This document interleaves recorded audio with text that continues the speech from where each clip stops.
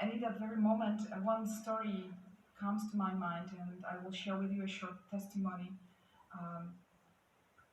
When you think about Poland, Poland is mostly associated with the Second World War, isn't it? Yes, the great disaster, drama of the 20th century, Second World War. So many people died. Poland was in ruins after the Second World War. So you know about the concentration camps. I'm sure you do. And the biggest one, the most famous one, is Auschwitz, the concentration camp in Auschwitz. And the commandant, that's probably the name, the commandant of that Auschwitz concentration camp was Rudolf Hess. Also famous man, but not famous because he did something good, but because he was so bad, so evil. And those who survived Auschwitz used to call him an animal. They wouldn't say he was a bad man. He wasn't a bad man, he was an animal.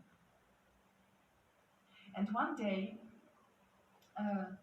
they took the whole community of Jesuit fathers from Krakow.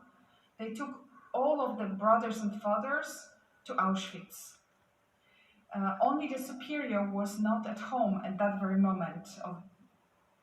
That wasn't kidnapping, they simply, I don't know the exact verb to express it, but it was quite normal that they used to, enter and take the people they wanted to Auschwitz for some reason.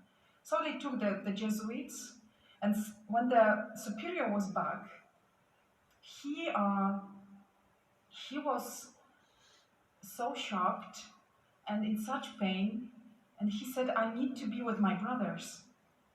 So he, by himself, without any pressure, it was his decision, he decided to go to Auschwitz, to be with his brothers. But you cannot enter Auschwitz on your own, because you want to, yeah? But he did it, he found a hole, I don't know how he did it, but he entered the concentration camp, searching for his brothers. And of course, guards found him, and they took him to Rudolf Hess, to the commandant. Not even, having these questions in their minds, oh, what will he do with him? Because they were totally convinced that he will simply kill him without any questions. And how big was their surprise when he let him go?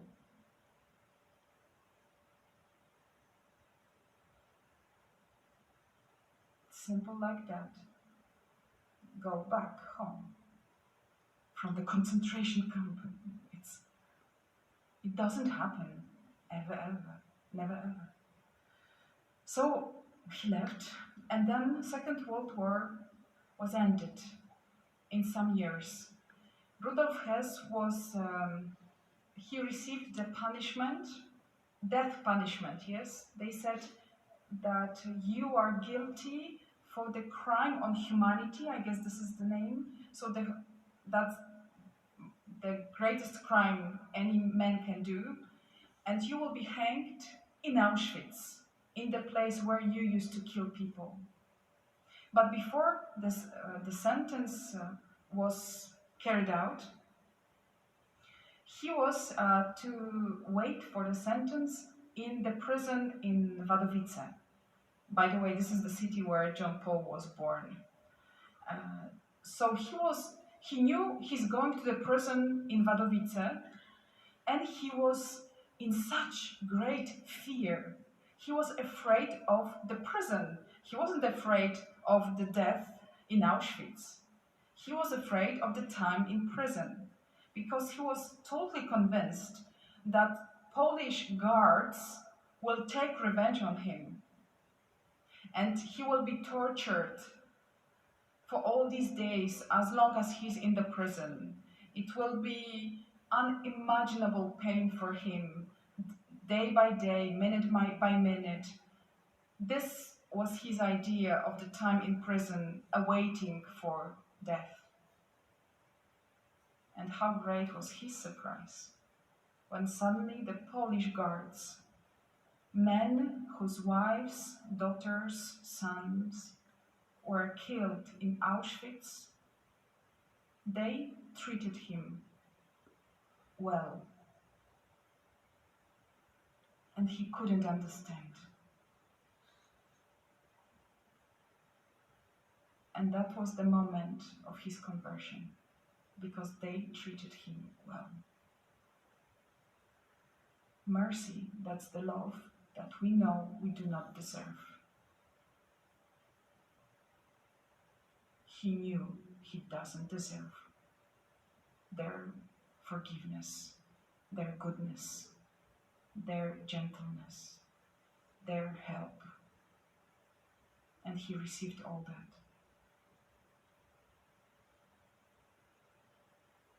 So then he asked for a priest. He wanted to confess his sins before he dies. Please understand, it happens straight after the Second World War. Wounds are very fresh.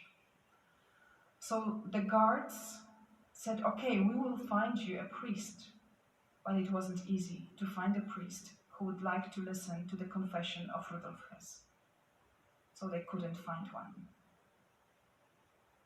And then Rudolf Hess remembered the name of the Jesuit priest whom he let go a few years before.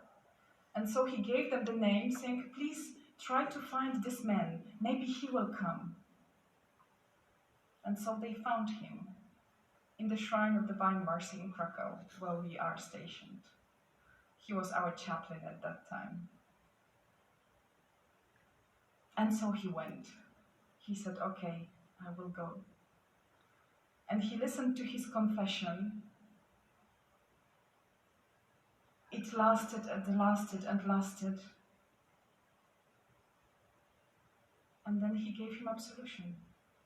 Your sins are forgiven. Rudolf Hess, you animal, your sins are forgiven. Go in peace.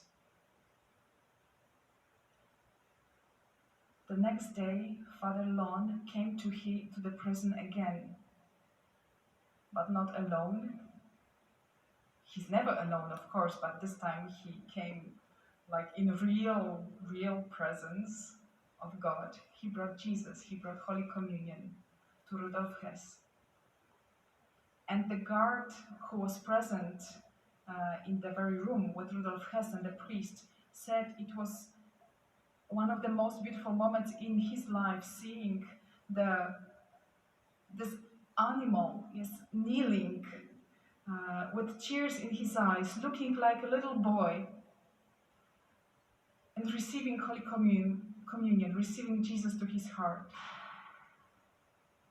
Unimaginable mercy. Rudolf Hess, before he died, he wrote a letter, an open letter. He wanted to be published after his death in Polish newspapers. And in that letter he said, I know what I did. I know how great is my sin and my guilt. But God forgave me. And now I ask you, the Polish nation, the Polish people, to forgive me as well. I hope you can do it.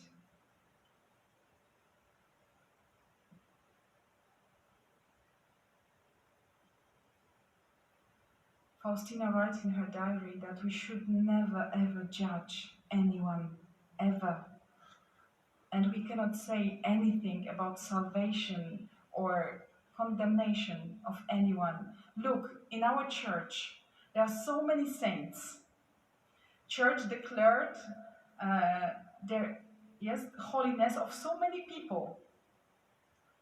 But never ever have I heard that someone is declared or being called condemned. Yes, that We do not know. We do not know.